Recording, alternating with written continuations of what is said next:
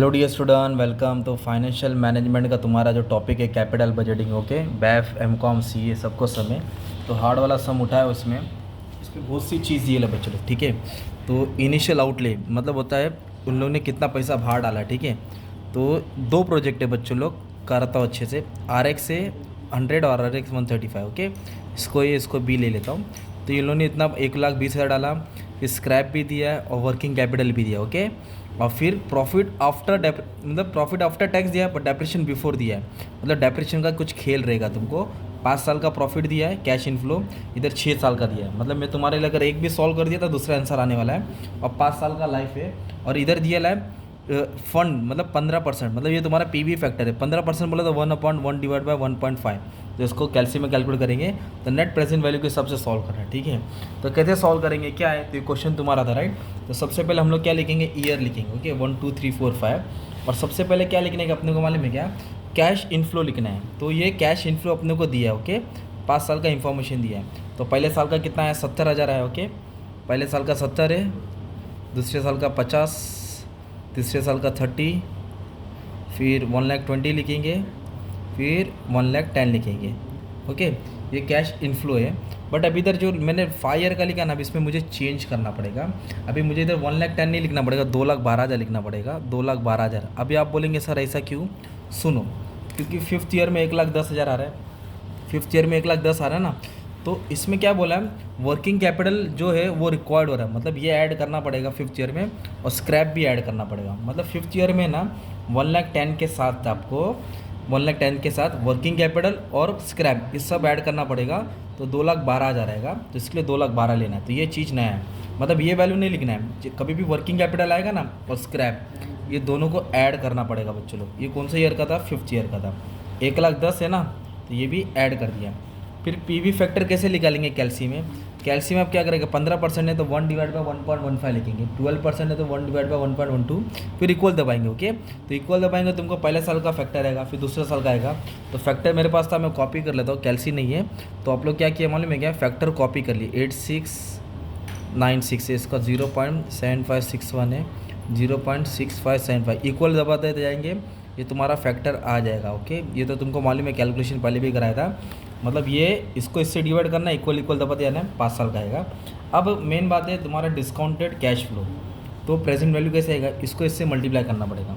तो 70,000 को इससे मल्टीप्लाई करेंगे, 60870 आएगा, राउंड ऑफ कर देना पॉइंट। इसको इससे मल्टीप्लाई किया 37,807, फिर इस 30,000 को इससे किया 19,725, इसको इससे मल्टीप्लाई किया तो 68,610, इसको इससे मल्टीप्लाई किया। अभी इधर 2,12,000 क्यों लिया, 1,10,000 था ना, क्योंकि इसमें वर्किंग कैपिटल और स्क्रैप क्या किया, ऐड किया, तब जाके कितना हो गया अपना 2,12,000। क्योंकि ईयर एंड में अपने सब वैल्यू मिलते हैं, इससे खतरनाक ही सम आता है। इसलिए मैं सोचा हार्ड वाला ही करा दूँ ताकि तुम लोग को ईजी पड़ जाएगा। तो 2,12,000 को इससे मल्टीप्लाई किया 1,05,401, ठीक है। अब इसको क्या करना है मालूम है क्या, इसको हम ऐड कर लेते हैं, ठीक है। तो अब इसको ऐड कर लेंगे ना तो अपने को क्या मिल जाएगा, हम लोग टोटल वैल्यू मिल जाएगा, ओके। इसको बोलेंगे टोटल प्रेजेंट वैल्यू। क्या बोलेंगे हम लोग इसको, टोटल प्रेजेंट वैल्यू। तो कितना टोटल प्रेजेंट वैल्यू है, टोटल ले लेगा तो 2,92,413, ये टोटल प्रेजेंट वैल्यू है। तो अभी अपने को निकालने का नेट प्रेजेंट वैल्यू। तो नेट प्रेजेंट वैल्यू का फॉर्मूला क्या है, टोटल प्रेजेंट वैल्यू जो ये टोटल है ना, मल्टीप्लाई करके सॉल्व करके 292,413 माइनस इन्वेस्टमेंट मतलब आउटले, हमने कितना पैसा इन्वेस्ट किया। तो आर एक्स में इन्वेस्ट कितना किया था, 1,20,000 इन्वेस्ट किया था। और ये वर्किंग कैपिटल मतलब हमने कितना उस प्रोजेक्ट में इन्वेस्ट किया था। तो 1,20,000 और वर्किंग कैपिटल को भी ऐड करना पड़ेगा। तो 1,20,000 और 1,10,000 है ना, तो आपका टोटल इन्वेस्टमेंट कितना हो गया, 2,20,000। कितना इन्वेस्टमेंट हो गया, 2,20,000। देखो नेट प्रेजेंट वैल्यू का फॉर्मूला क्या है, टोटल प्रेजेंट वैल्यू जो पीवी फैक्टर मल्टीप्लाई करने के बाद आता है उसको माइनस करेगा अपन ने पैसा कितना डाला, मतलब 5 साल के बाद कितनी वैल्यू हो रही है डिस्काउंट करने के बाद, और इन्वेस्टमेंट और वर्किंग कैपिटल ऐड करना पड़ेगा। तो इसको सॉल्व करेंगे तो अपने को टोटल प्रेजेंट वैल्यू मिला 72,413। ये किसका मिला अपने को, RX 100 यामा गाड़ी है, ए वाले का मिला। तो हमने भी एक मेथड सॉल्व किया, ये है net present value. But question में क्या बोला मालूम है क्या, एवरेज रेट ऑफ रिटर्न भी निकालना है, एवरेज रेट ऑफ रिटर्न। तो अब इसके लिए बड़ा फॉर्मूला खेलना पड़ेगा। तो एवरेज रेट ऑफ रिटर्न के लिए क्या करना पड़ेगा मालूम है क्या, तो उसका फॉर्मूला क्या मालूम है, इधर ही सॉल्व कर लेता हूँ। उसके लिए आपको क्या करना पड़ेगा, ये लिखना पड़ेगा, एवरेज नेट प्रॉफिट निकालना पड़ेगा प्लस 5 साल के प्रॉफिट को 5 से डिवाइड करना पड़ेगा, और एक तुमको एवरेज इन्वेस्टमेंट निकालना पड़ेगा, ठीक है।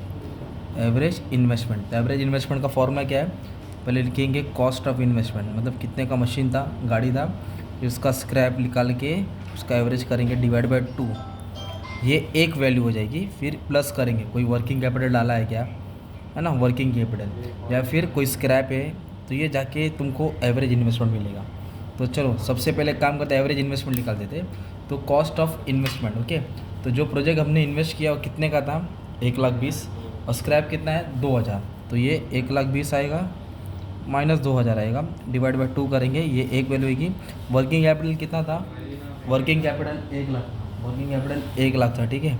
इधर वर्किंग कैपिटल 1,00,000 लेने के, और स्क्रैप कितना था 2,000 था, तो 1,20,000 को 2 से डिवाइड किया 1,18,000, 1,18,000 का क्या करेंगे डिवाइड बाय 2, 1,18,000, एक का आधा 50, 18 का आधा 9, 59 प्लस 1,00,000 प्लस 2, तो इसको ऐड करेंगे ना तो 1,61,000 मिलेगा। क्या मिलेगा, ये एवरेज इन्वेस्टमेंट है। पर एवरेज नेट प्रॉफिट में ना क्या करना है मालूम है अपने को, नेट प्रॉफिट आफ्टर टैक्स लेना है। क्या लेना है, नेट प्रॉफिट आफ्टर टैक्स। तो क्योंकि इस क्वेश्चन में क्या बोला है, प्रॉफिट आफ्टर टैक्स तो है पर बिफोर डेप्रिसिएशन है, मतलब ये आपको डेप्रिसिएशन निकाल के माइनस करना पड़ेगा। तो डेप्रिसिएशन का फॉर्मूला क्या है, what is depreciation, original cost minus scrap value divide by number of year. तो वो गाड़ी का इन्वेस्टमेंट कितना है 1,20,000, व्हाट इज द इन्वेस्टमेंट 1,20,000, इधर आएगा 1,20,000। स्क्रैप कितना दिया है 2,000, है ना, स्क्रैप वैल्यू कितना दिया है 2,000, और डिवाइड करेंगे नंबर ऑफ ईयर 5, तो ये 1,18,000 है, डिवाइड बाय 5 करेंगे तो आपको डेप्रिसिएशन आ जाएगा, दैट इज़ 23,600। तो ये हमने क्या कैलकुलेशन किया डेप्रिसिएशन। अब डेप्रिसिएशन क्या है 5 ईयर के लिए कॉमन है, क्योंकि स्ट्रेट लाइन मेथड है। अब ये क्यों कर रहा है डेप्रिसिएशन, क्योंकि अपनों को एवरेज रिटर्न मेथड निकालना है ना, तो प्रॉफिट को डिवाइड करना, नॉट कैश फ्लो को। अब इसको इससे क्या करेंगे माइनस करेंगे, है ना, ये दोनों को क्या करेंगे माइनस करेंगे ना, इसको इससे माइनस करके अपने को क्या मिलेगा नेट प्रॉफिट आफ्टर टैक्स। तो कैश इनफ्लो को क्या माइनस करें डेप्रिसिएशन।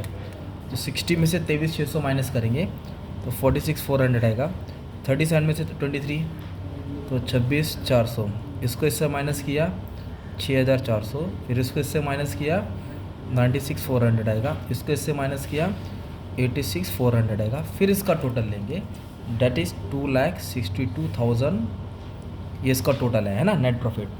तो एवरेज रिटर्न में एवरेज नेट प्रॉफिट लेना है, मतलब इसका टोटल लेना है, इसका टोटल कितना 262,000, तो 262,000 divide by number of year कितना है 5 ईयर है, तो इसको 5 से डिवाइड करना है तो 52,400, ओके। तो ये अपने को क्या मिला एवरेज नेट प्रॉफिट, और ये क्या मिला एवरेज इन्वेस्टमेंट।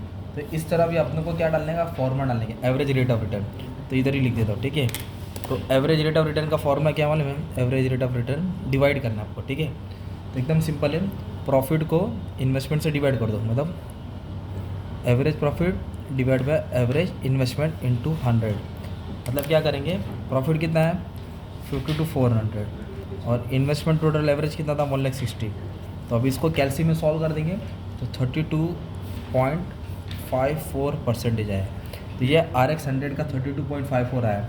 अगर मान लो तुम उसका सॉल्व करेंगे, किसका सॉल्व करेंगे मालूम है क्या, RX 100 135, तो उसका कम परसेंटेज आएगा। तो फिर दोनों में बेस्ट कौन है, जिसका ARR अच्छा है, मतलब इसमें रिटर्न ज़्यादा मिला है ना। तो ये तुम्हारा किसका था मालूम है क्या, RX का सॉल्व किया बच्चे लोग। किसको सॉल्व किया हमने, RX 100 को सॉल्व किया था। एकदम खतरनाक वाला सम था, एकदम प्यार मोहब्बत में तुम्हारे लिए अच्छे से सॉल्व करा दिया था, ठीक है। तो ये था तुम्हारा कैपिटल बजटिंग, क्या था कैपिटल बजटिंग वाला सम था, नेट प्रेजेंट वैल्यू था, और ये खतरनाक, ओके। तो और भी सम टाइप के मैंने अपलोड कर दिया अच्छे से, तो अच्छे से ट्राई कर लेना। Thank you very much and all the best for your exam, okay, thank you.